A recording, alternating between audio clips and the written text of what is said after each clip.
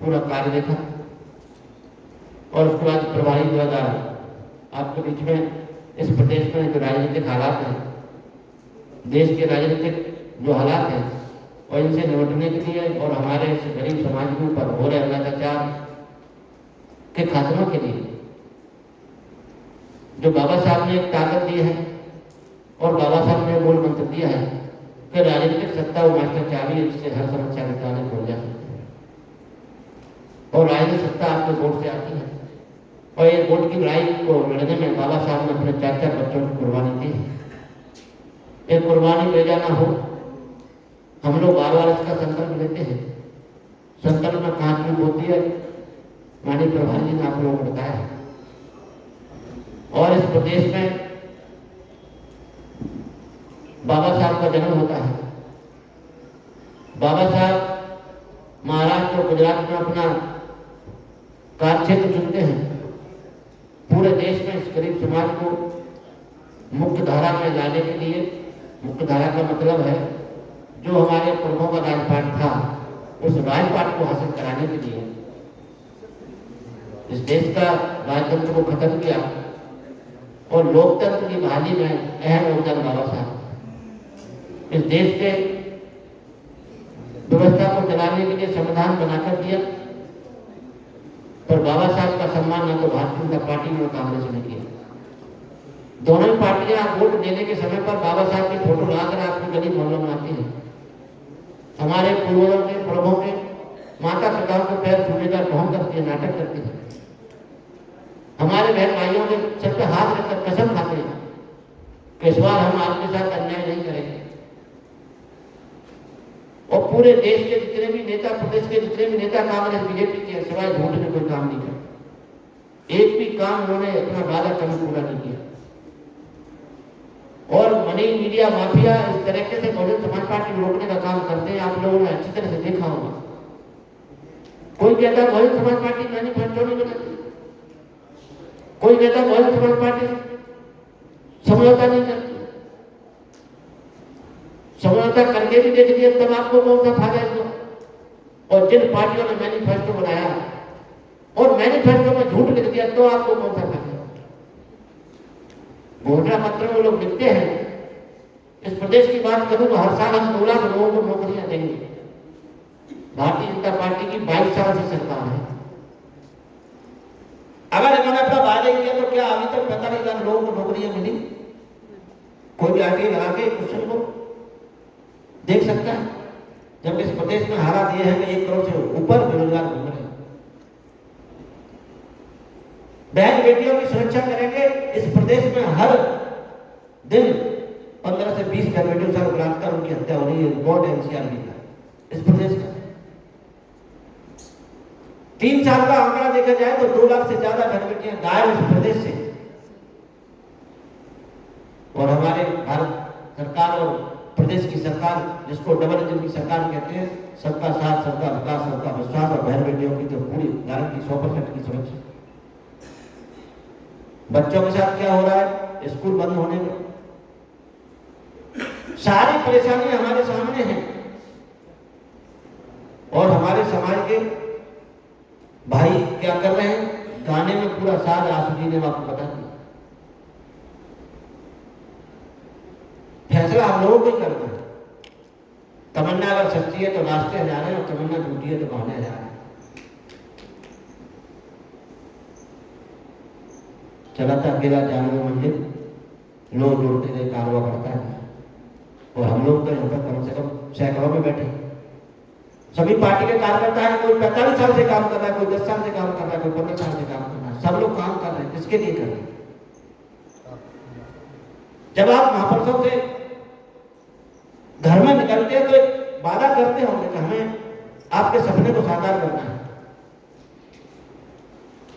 तो जो सपने को साकार करने के लिए निकलते हैं वो कभी हताश नहीं होते, निराश नहीं होते। हम लोग चुनाव हारे कोई जिंदगी नहीं हारे।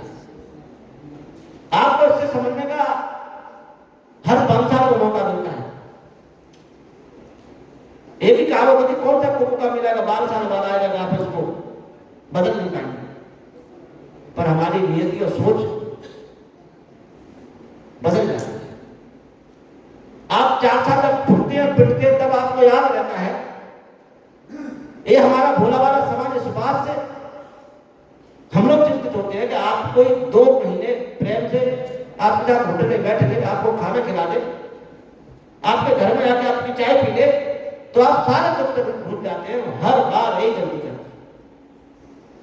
इस गलती को दूर करने के लिए हमें कार्यकर्ताओं को ट्रेनिंग करना है कि आपको गांव सेक्टर पोलिंग बूथ का गठन करते समय अपने कार्यकर्ताओं में इतना ऊर्जा भर देनी है और इतना उनको ट्रेन कर देना है कि जो नौटंकी बेरहमी झूठ बोलने वाले, जुमले फेंकने वाले लोग विवाद के बीच में आए तो आपको उनसे कैसे बचाव करना है।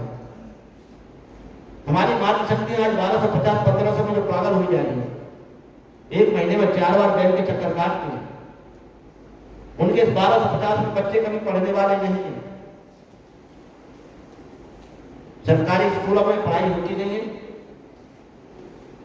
मिड डे स्कूल के नाम पर आपके हाथ में कटोरा पहले से थमाया गया है। भिखारी बनाने का पूरा इंतजाम है, राजा बनाने का आपके पास कोई इंतजाम नहीं। और राजा बनाने का इंतजाम अगर किया तो महापुरुष बाबा साहब डॉक्टर भीमराव अम्बेडकर जी ने किया। इस वोट से आप राजा बन सकते हैं। वोट आपका ज्यादा है और राजा भी आपको बनना है, पर आप इस वोट का सही इस्तेमाल नहीं करते। इसलिए कहते हैं वोट बुधारी तलवार है। अगर सही चलाओगे तो आप राजा बनोगे, गलत चलाओगे तो दुश्मन राजा बनेगा। और दुश्मन को आप जितना दूध पिलाओगे वो आपको काटने का काम करेगा। कहते हैं सांप को जितना दूध पिलाओ फिर वही आपको वो काटेगा। और मानवर साहब कांसीराम जी ने कांग्रेस और बीजेपी को एक सांपना तो मानना कहा और हम उन्हीं को दूध पिला रहे, हर 5 साल उन्हीं की सरकार बनाते हैं। तो सारी चीजों को अगर आप समझते हो और आज इस हॉल के अंदर ये संगठन समीक्षा 4 जिलों की हुई है, आगे से आपकी जिलेवारी होगी। माननीय प्रभारी जी ने 25 दिन देने का आपके सामने कमिटमेंट किया है और साथ ही ये बात भी सही है कि झरना ऊपर से नीचे बहता है। अगर हमारा ऊपर से 25 दिन का इशारा हो रहा है तो आप अपने आप को भी सुधार लें। अगर वास्तव में आप कुछ करना चाहते हो अपने परिवार के लिए, समाज के लिए, अपने गांव के लिए, अपने लिए, तो फिर आपको इस मूवमेंट पर बहुत मान सम्मान है। आप एक बार करके तो देखिए। मेरा आप लोगों से विनम्र अपील और निवेदन, सभी आप जिम्मेदार शुभचिंतक हैं, तो जो बात आज माननीय प्रधानमंत्री ने कही है, क्योंकि हमारे ऊपर दुख तकलीफों का तो अंबार है, घर में परेशानियों का अंबार है, कभी दूर नहीं हो सकती। पर एक बात और कहना चाहेंगे, अब आप लोगों को एक जिम्मेदारी और निभानी है। अपने घरों के जो बच्चे 18 साल के ऊपर भी हैं उनको मूवमेंट में लाना शुरू करें। हम लोगों की ये सोच बन रही है कि हमारे घर में बेटा IAS IPS डॉक्टर इंजीनियर बने, पड़ोसी का बेटा भगत सिंह बने, जो फांसी पे चल जाए, आजादी हमको मिले। तो मैं पूछना चाहता हूं आपसे कि 2 अप्रैल 2018 में जो बच्चे शहीद हुए, कौन से लोग उनके घर वालों को देखने जाते हैं? जबकि उनके शहीद होने से आपको क्या मिला ये आप अच्छी तरह जानते हैं। अगर SC/ST एक्ट पुनर्जीवित है तो 13 बच्चों की कुर्बानी है। आप क्या करें? इसलिए आप लोग इस बात को समझें। इस देश में कितने महापुरुष पैदा हुए और कुर्बान होकर चले गए, पर अपना इतिहास छोड़ के गए हैं। और इतिहास को आप लोगों को पढ़ना चाहिए। तो इतिहास से प्रेरणा मिलती है, प्रेरणा से जागृति आती है, जागृति सोच बनती है, सोच से शक्ति बनती है, शक्ति से हम लोग शासक बनते हैं। और जिस कौम की शासकता होती है उस कौम पर कभी अन्याय अत्याचार नहीं होते। मुट्ठी में लग रहे लोग आए थे इस देश में, 565 से ज्यादा रियासत हुआ करती थी, राजा महाराजा जिनके घोड़े बकरी सब ऐसा आराम। पर एक कोई छोटी सी घटना बता दो, किसी भी राजा महाराजा ने किसी भी अंग्रेज की बहन बेटी की तरफ आंख उठाकर देखा हो, जबरदस्ती की हो, बलात्कार हत्या तो दूर की बात है, क्यों? उनकी शासन सत्ता थी। इसको शासन सत्ता कहते हैं। इसको शासन सत्ता नहीं कहते कि छत्तीसगढ़ का मुख्यमंत्री आदिवासी बना दिया तो अब आदिवासी समाज पर अत्याचार नहीं होगा। देश के राष्ट्रपति माननीय द्रौपदी मुर्मू जी को बना दिया तो उन पर अत्याचार विवादों में जन्मदिन को उनको बहुत बहुत बधाई देता, उनकी दीर्घायु की कामना करता अपनी पार्टी की ओर से।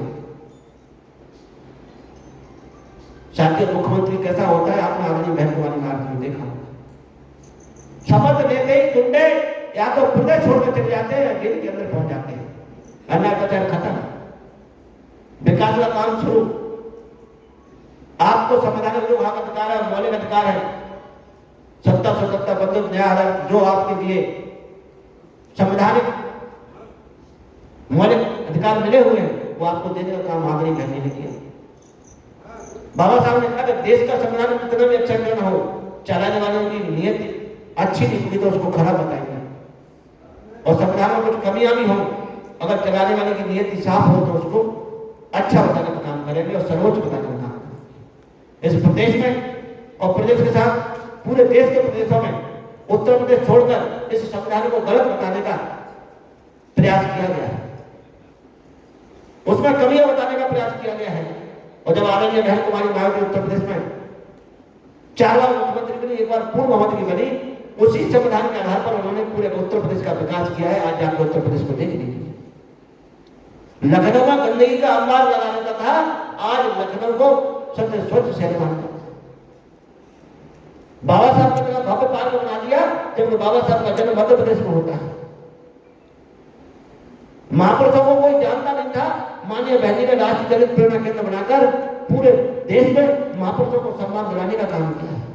इतिहास है, इसी से प्रेरणा मिल रही है। आज पूरे देश में जो भी डिबेट होती है, सरकार भाजपा की है या कहीं कांग्रेस की है, पर उनको चिंता बहुजन समाज पार्टी के सीधे बहुजन समाज पार्टी के बारे में डिबेट होती है।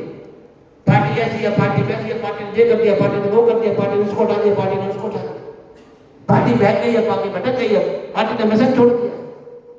अरे भाई आप अपना काम करो, हम लोग अपना काम कर रहे हैं, पर वो ये काम इसलिए बताने का करते हैं कि हमारे लोग भ्रमित कैसे होते हैं। मनोहर साहब नारा देते हैं जाति जोड़ो समाज जोड़ो, हमारे लोग कहते हैं कि हम लोग जाति का संगठन बनाएंगे और उस जाति के संगठन को समाज का संगठन नाम देते हैं, जबकि समाज कहने के लिए 2 जातियों से ज्यादा इकट्ठा होना जरूरी होता है, और ये लोग एक जाति को समाज कहते हैं, इसीलिए जाति का ये लोग जहर बोल रहे हैं। जब बाबा साहब ने तो जाति